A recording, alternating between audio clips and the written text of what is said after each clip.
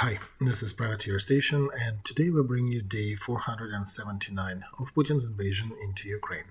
As always, with former advisor to the Office of the President of Ukraine, Olexiy Arestovych, Lieutenant Colonel, and Mark Feygin, Russian opposition politician, lawyer, and blogger. Thank you guys for continuing to support our channel.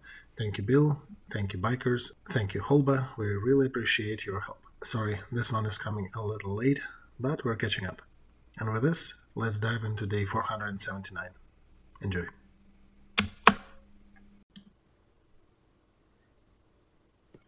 Dear friends, glad to see you all on Feygin Live. It is Saturday, June 17th. Time is, well, 30 minutes past 11 p.m.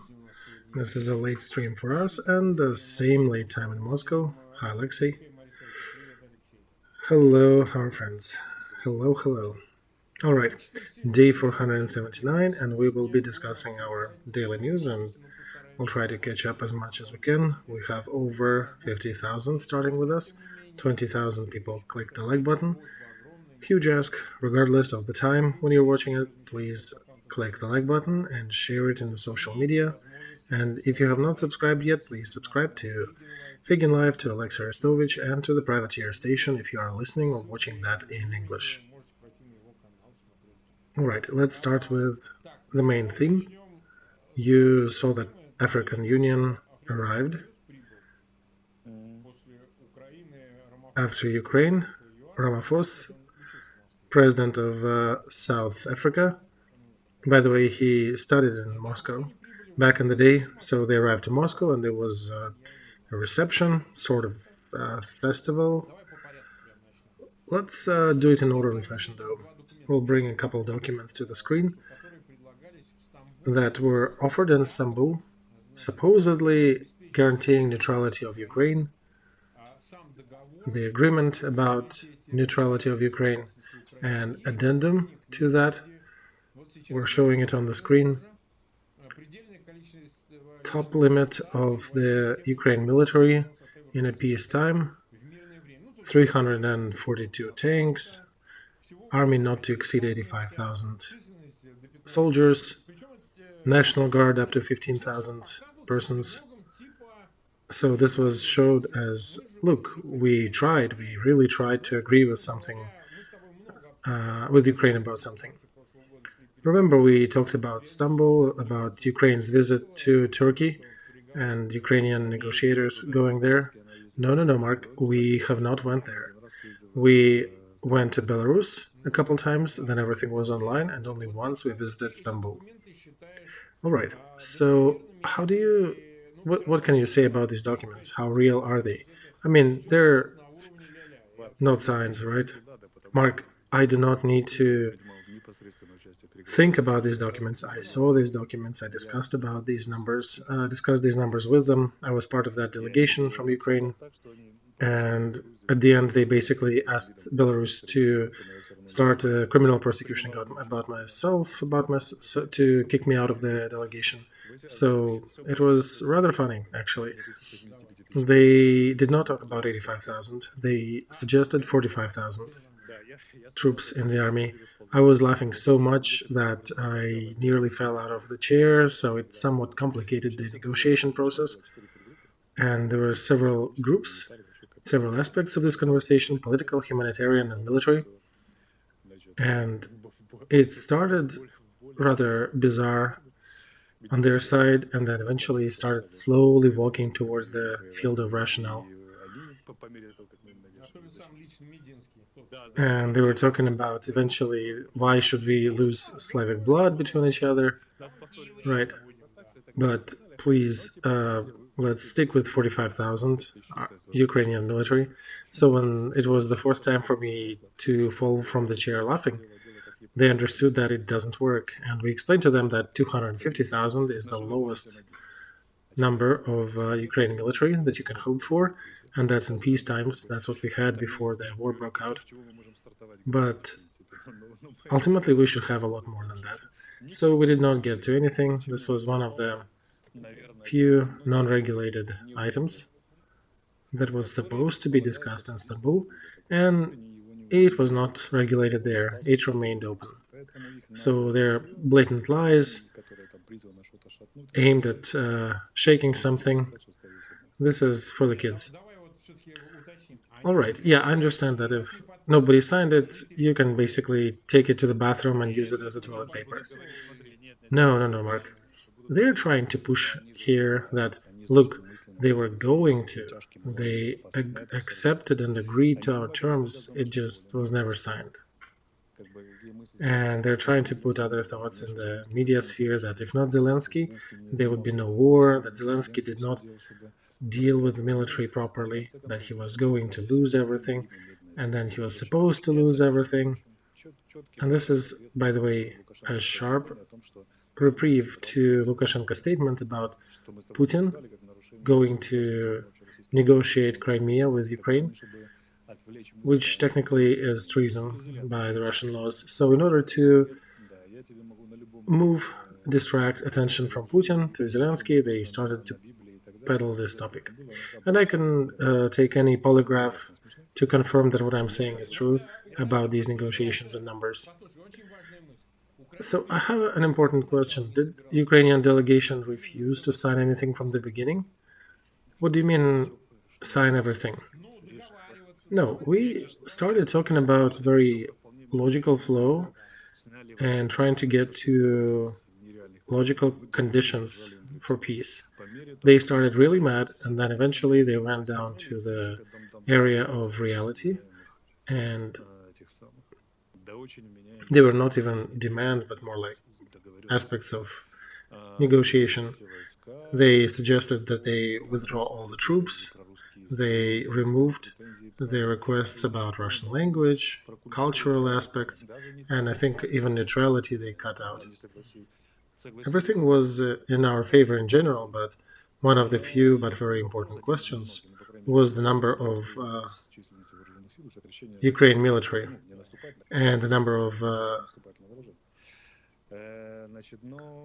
equipment that could be used in offensive maneuvers. They can't even, unfortunately for them, they couldn't even explain or consider what is assault inventory, assault weapons. So regardless that they were general majors there, they had very poor grasp on certain terms. And we did talk about different numbers. We talked about 90, 120, but we essentially sent them to hell with these offers. I think that was the main culprit, that the number of Ukrainian military was off limits for negotiations. But otherwise, they removed a lot of requests, and they started initial negotiations from some really crazy position of neutral status, promotion of Russian language, Russian culture, etc. At the end, the main thing that we were disagreeing about was the number of our military. Olexiy, hang on. Your image is stuck? What? Why? I'm in such a dramatic pose. We can keep it. No, I don't know. It's kind of weird. Can you turn your Skype camera on and off and see if it works? Oh, that's much better. That's much better. See, Kostya, I figured that out before you. I gave him a right advice. Okay, let's continue. So, that whole African initiative that was peddled recently, it's understandably a failed initiative. As I see it, I think it did not bring any fruit. And it will be nothing. Especially that press secretary who was in Kiev together with Ramaphosa, he stated that it was either weird staging or something fake, because he was talking about people walking in the streets when missiles are flying over your head and being shot by air defense systems. So he thinks that as long as missile doesn't kill him, he's okay, everything is all right. Mark, let me put some perspective here. South Africa is one of the active members of BRICS. And Copenhagen Diplomatic Convention forbids to use any actions against any of the sides negotiating that do not go with the flow of negotiations and the spirit of negotiations. So the only reason why they came here is to obtain the status of peacekeepers, because one cannot ask of peacekeepers to arrest Putin, because they will basically retort that, listen, we cannot follow the International Criminal Court statute, even though we are, or we should be following these rules. We are now intermediaries, so we cannot follow that. So they found a little leeway. They understood their parliament will not vote for Putin's escape card, get out of jail card, so they decided to play a different game. It's kind of pointless from the beginning. All right, that's what you think is the main core. And do you think the main editor of that story, do you think it was China? China? Maybe. But on the other hand, why would China need it? Because China has its own status of intermediary. They're somewhat washing it away with Africa. Not really, Olexiy, because African initiative may fail, and China will still remain somewhat stronger.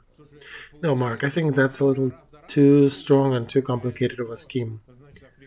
No, Olexiy, I'm bringing that. See, Lulu was first, then some other exotic countries, now South Africa coming in. And one can say that China may come out after that and say we aggregated all of these propositions and our Chinese initiative now will include everybody. No, Mark, this is too complex. How do you mean? You know, Mark, in BRICS framework, there is a lot of initiatives, and they're trying to expand, by the way. They essentially provided themselves some immunity to not arrest Putin while that whole story is unfolding. Because it would be quite an issue otherwise to explain why the country that ratified Roman Statute doesn't do anything in terms of arresting Putin. And now they have a leeway out. They basically can say that they're peacemakers and negotiators, and this is why they're excluded from execution of a Roman statute. All right, Olexiy, here is the recording from meeting with representatives of African Union. It's a little noisy, but Peskov is saying that the task of demilitarizing Ukraine, for the most part, is completed. That's Russia Today and Arabic are reporting. Do you think they can fall back now to a different subset of their tasks and say that since Ukraine is demilitarized, we might want to de-escalate?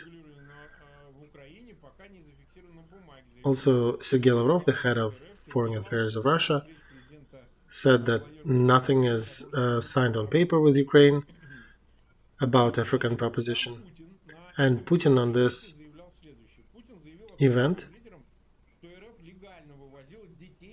did make a point to African leaders that Russia had followed as much legal framework as they could, transporting kids from Ukraine to Russia, so he's not to be blamed. And Mark, hang on. What are we discussing here? What Putin said? Since when are we believing that lying sack of crap? Well, of course, we're not believing him, but now for the third meeting in a row, the first was meeting with military so-called correspondents, second was in the St. Petersburg Economic Forum, and now with the meeting, during the meeting with African Union, he is giving some really wild statements. Mark, who cares? No, it kind of depends. Some other news depend upon that. No, I make only one conclusion, that with counteroffensive unfolding, his business is really smoking. His bacon is burning. So he's basically going to some weird directions to start explaining why they may lose at the end. All right. We are 15 minutes live. About 150,000 are watching us already. Regardless of such a late time, please continue clicking the like button and sharing that stream. And let's take a look at the map, what's happening there.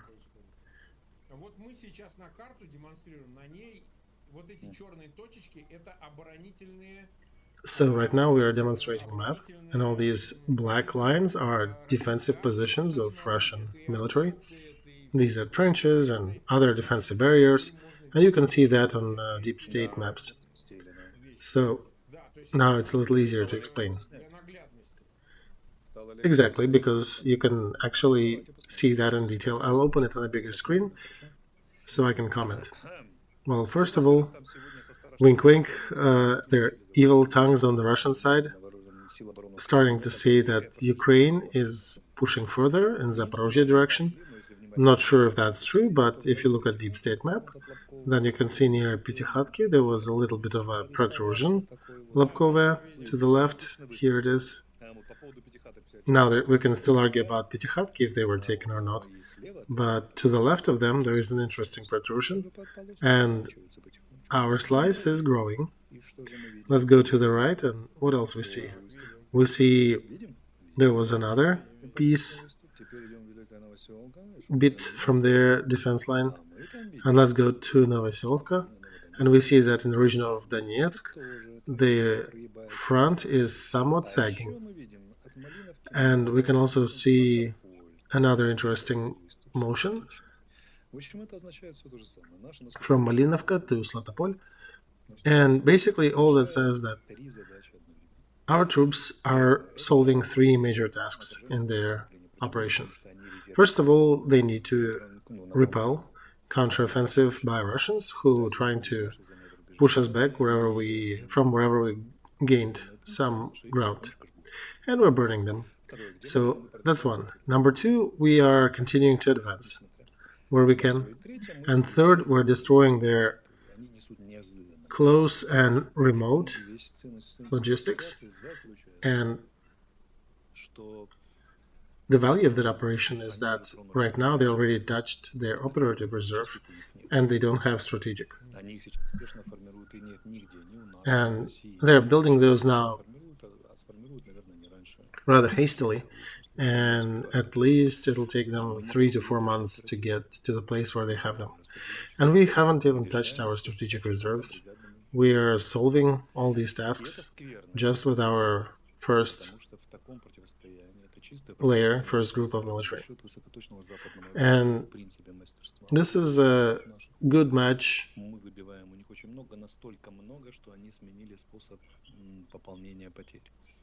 between our military and Russian military, and they used to send reinforcements just from the train. So if 20 people got killed, they would bring 20 more people into detachment and try to train them in place. But right now their losses are so difficult and hard that they actually have to move these troops out from the front line and then refit them after a lengthy process in Crimea or in Russia. What does it mean? It means that eventually they'll have so much losses on the front that part of the front will fall and they will lose the capacity to defend there. And that's where we'll go to, and that's where we'll get to the operative field and probably gain action to new locales. And they don't have reserves, they don't have anywhere to take them from. There's nothing to cover your ass with. And that, given that after they blew Kakhovskaya Dam, they, knowing that we will not cross to the left bank of Dnieper, they pushed these troops over to the existing front lines, and they're already suffering such huge losses that they are having some concerns about keeping any reserves. So this is work about slowly grinding the enemy, and they now having to hold their head, their butt, and their breath, because those who can calculate, they can understand where that all is going. Perhaps for a week or so they can still drum up their possible victory through the propaganda channel that they're invincible and they've dug deep enough to withstand, but situation will soon unfold in different direction. Not quickly, but it will definitely happen. All right, thank you, Olexiy. Could you please explain a little to our viewers, because it is often mentioned that the main defense line is about 10 to 15 miles away from the line of contact? Right, Mark, but who is defending? Who is defending these positions? It's humans, right? And they're rather demoralized, and also they're being thrown to counterattack our advancing troops, and they don't really have much choice. So whenever the question comes about defense of the first line and the second line, who will be defending them if they're losing so many people? And I think I sent you a picture of losses that our general command voiced. Let's read them out loud. Let me find Mark here. Here I am. So, general command, 1,470 solutions recently implemented. Russians lost about 5 companies in the south, a helicopter K-52, 11 tanks, 20 armored vehicles, 3 howitzers, self-propelled type, a bunch of UAVs, 21 MLRS systems, and how long do you think Russian army can withstand these losses? A battalion in a day, with equipment. Mark, this trend will exist not for long. And this is not the funniest part. The funniest part will be later. And I will be reading a document for about 3 minutes. We got it, and I double-checked to verify that if I can bring it to our viewers. So here it is. So this document says that according to decision of President of the Russian Federation on July 22, a united group of forces in Ukraine is now forming a storming company. Z, further company, is being formed with resources comprised of convicts, ex-convicts. And since we did notice that there are a bunch of issues with their behavior, including stealing automobile transport, deserting, and avoiding or refusing to carry out orders. So, to follow the orders of the Central Command, now we're going to deliver these people, these convicts, to the volunteer corps. And the main task there, they go through a bunch of officials who need to provide certain cover. They essentially are asking to provide for delivery of that group to the front line, and they're talking about volunteers and how many of them came from different districts. So overall, commanding officers need to figure out logistics in order to keep their soldiers fed, and they should have enough food for at least 3 days. And now the curious meat and potatoes of this document, that in case of having difficulties with convicts, contingent of the troops, officers need to reach out to Russian Guard and to police in order to coordinate the issues and involve Russian police and security and provide also defense from Ukrainian air attacks. So in essence, what this document is about, they're creating a legalized form of penalty detachment of a Jesuit type, when the whole military machine is working to push convicts to the front so they continue their offensive maneuvers. These are the norms. So do you think the army that fights like that and needs convicts in their ranks and creates penalty detachments, do you think they can withstand Excaliburs, Storm Shadows, and other beauties of the Western military thought? I don't quite believe that. And I'm rather dissatisfied with our offensive not with the actions of our troops, but with the situation in general, that our glorious Western allies did not deliver jets on time, because with jets, our situation would have been quite a bit different. And it will be different, and I understand probably in autumn when this will happen. So for now, we have to walk on the mines and throw our tanks on the mines to find the right passage through. And even so, I do not see too much perspectives for the Russian side to win. Plus, I understand that a bunch of our viewers cannot really make these conclusions on the fly and consider categories, rhythms, pauses, reserves, etc. I do not see any single logically possible exit for Russian troops in that situation, especially when you're wasting operative resources and you don't have any strategic resources left. And your enemy hasn't even used operative resources and didn't even touch strategic at all. So I think overall we can only, in parentheses, feel pity for Russian commanders and get amused with seeing more penalty detachments fighting for Putin's regime. We also need to mention Avdiivka, which is standing like a thorn in enemy's thigh, and they're continuously trying to take it. So it's not an easy position for us.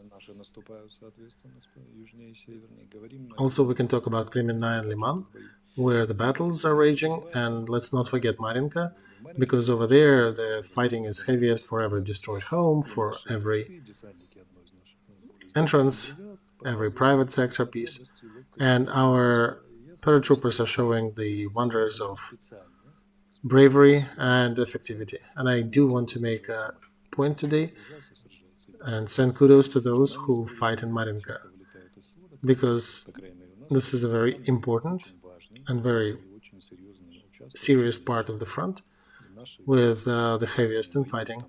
And our troops actually have enough resources and zeal to continue pushing. And I do want to wish military luck and tell our people, our soldiers, that we do remember about you. I'm not giving a number of that detachment, it was in the media, but I think those who know can write it in the commentary and so others understand which brigade we're talking about. Until I see their number in official statements, I'm not going to bring it up. This is the little I can do. So, in general, do you think by Solidar and Bakhmut, the perspective of surrounding Bakhmut is approaching? Mark, we are working. It's a slow process, but I think we'll push them. And Klishevka also has a good position there that we need to take. And then we can also see how long will they hold these occupied territories. That'll be curious. All right, let's touch upon some international news because... Yeah, right. Let's talk about international news here. As a serious step to fortify defense capabilities of Ukraine, Minister of Defense of Denmark, Holland, and the United States formed an alliance that is helping to find ways for Ukraine to enhance their air defense systems to resist the missile strikes that Russia continues to exercise on the territory of Ukraine. And these joint efforts will include bringing hundreds of air defense missiles and systems, and delivery will be realized in the flow of several weeks. That statement was made in Brussels, in Belgium, in June 15th, and there are 5 different countries that are offering different kind of technical and military help in order to enhance Ukraine's air defense capabilities. So, what do you think that will mean in practice? Because we know several tragic events that were happening when missiles reach other towns and destroy civilian buildings there. Well, Mark, that's rather simple here. We have only Kiev that is pretty well covered. And at the same time, we're one of the biggest countries in Europe. And of course, we need a lot more air defense systems than what we have. We need times more than what we have. So now we have a group of partners who decided to realize a formal partnership. And this is realized as the International Technical Cooperation Collaboration Union. And the task for this group is to aggregate as much as they can and deliver to us in as soon as possible fashion different types of air defense systems, including frontline military systems and also systems for defense of static objects. And I think Reznik, our Minister of Defense, is rather active in this regard, both in Ramstein and preparation for the NATO countries summit. In any way, thank you to our partners for finding ways to enhance our air defense, because these systems can be important even after this war is over, because what can stop them from shooting us up from their territory? So air defense systems are important, and of course we have some inherited from Soviet Union times.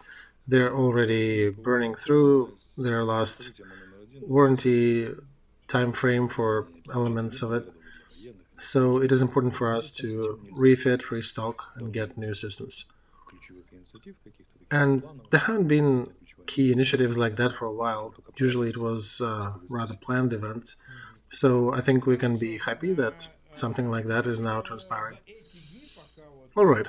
Thank you, Olexiy. Now, during these couple days that we did not have a stream, because last time I went online on Thursday, and there's been some time between. What happened is that Prigozhin, who initially refused Putin's initiative to sign anything with Ministry of Defense, that his company will not be signing anything, and of course their infantrymen in Wagner also will not be signing anything with Russian government. And he put a recording on his website showing him making a valiant try to deliver some documents with his personal signature, about essentially trying to bring Wagner to a more legal field than where it is now. So since the situation with Prigozhin is in focus, let's take a look. Do I seal it?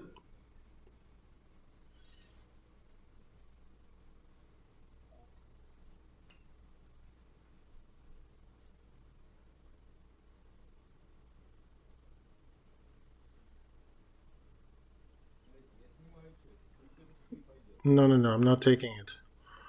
I'm recording it. I'll share that you refused to take it. Did you get the picture too? Yeah, I did. Okay, so it is 23 past 1 p.m. I came here to deliver documents to Minister of Defense, Shoigu, Sergei Kozhegetovich, two copies of the contract signed by me, and the text of an agreement that I needed to give to him, and the follow-up letter that includes certain statements. Here is the contract.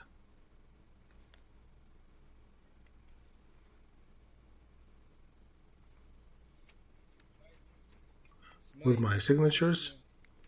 Unfortunately, the woman there got too scared. She got a hard no from her bosses, so she slammed the window and ran away. So just like in previous times, Minister of Defense will have to get these letters via the public square, and that document actually has my valid signature. I'll try to give it to my President's administration. Perhaps they can deliver it to Shoigu.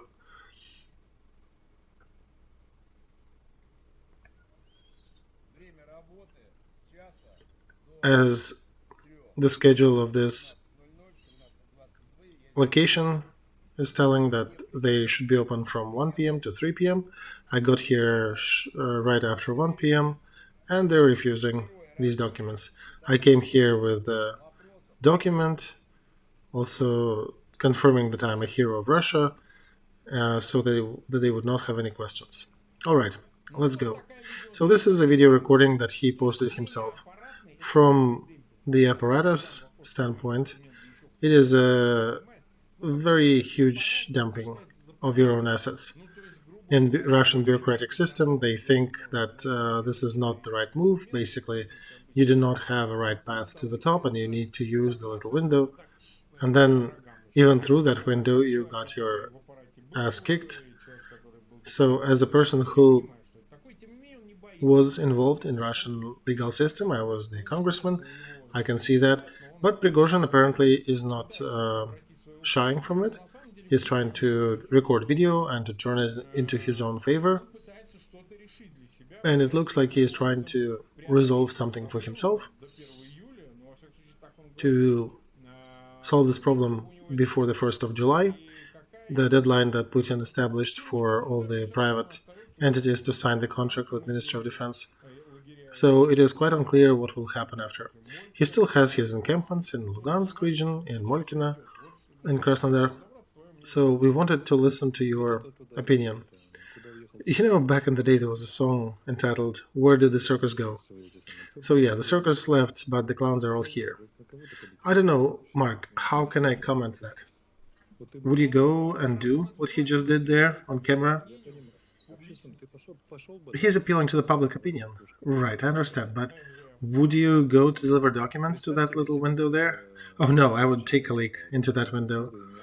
Right, imagine there is a lady sitting there, an old grandma or somebody, and she sees Prigozhin with documents. She probably calls her boss, and her boss tells her, do not, avoid at all costs, do not take any documents from Prigozhin. So I suspect everything interesting will begin on the 1st of July, when they need to carry out this order, and we'll see how far can they carry it.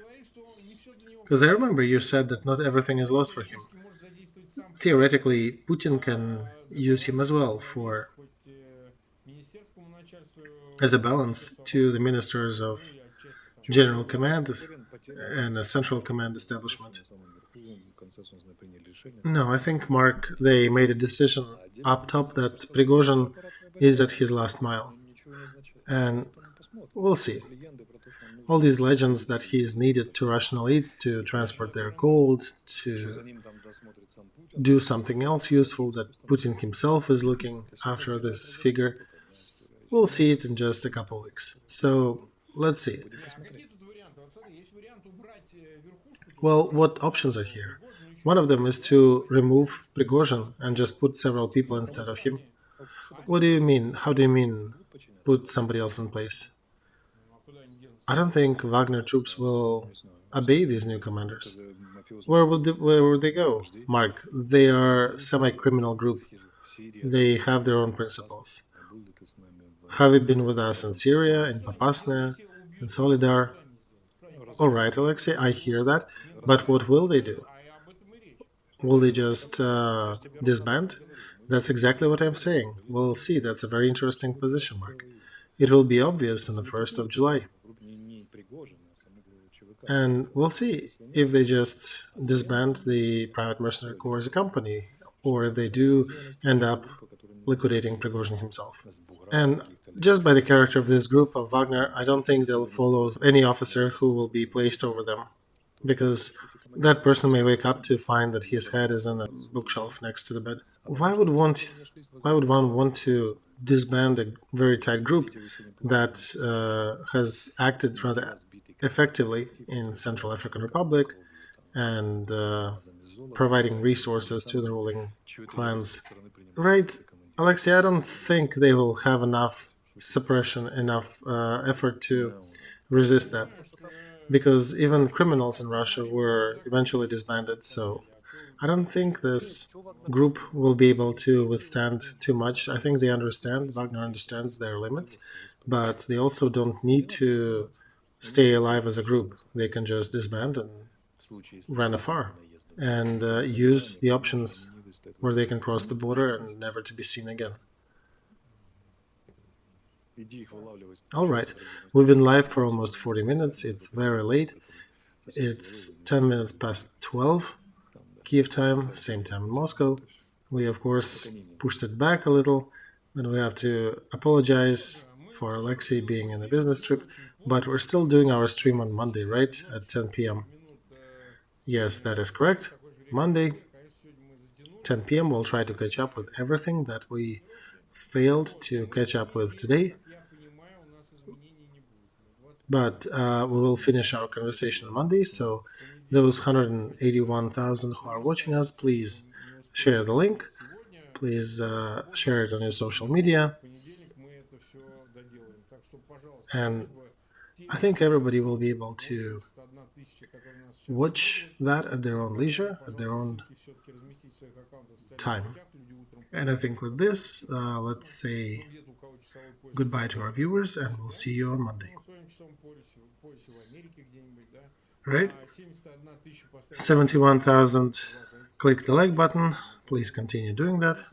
And as I said, do not forget to subscribe to both of our channels and to the Privateer station if you are listening or watching that in English. And that's it for today. Apologies for the timing. That's all we could do. All right. See you on Monday. Bye.